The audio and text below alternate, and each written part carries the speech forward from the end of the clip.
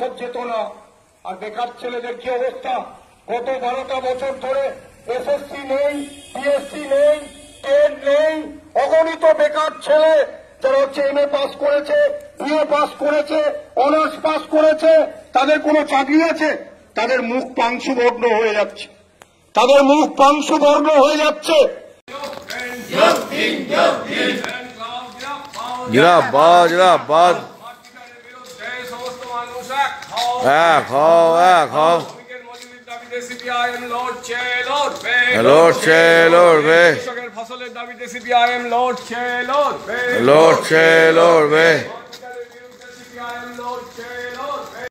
সমাবেশে দলে দলে যোগ দেন, আমরা সুচিত্রা গুপ্তের হত্যার বিরুদ্ধে আগামী 7ই জানুয়ারি সমাবেশে দলে দলে যোগ দেন।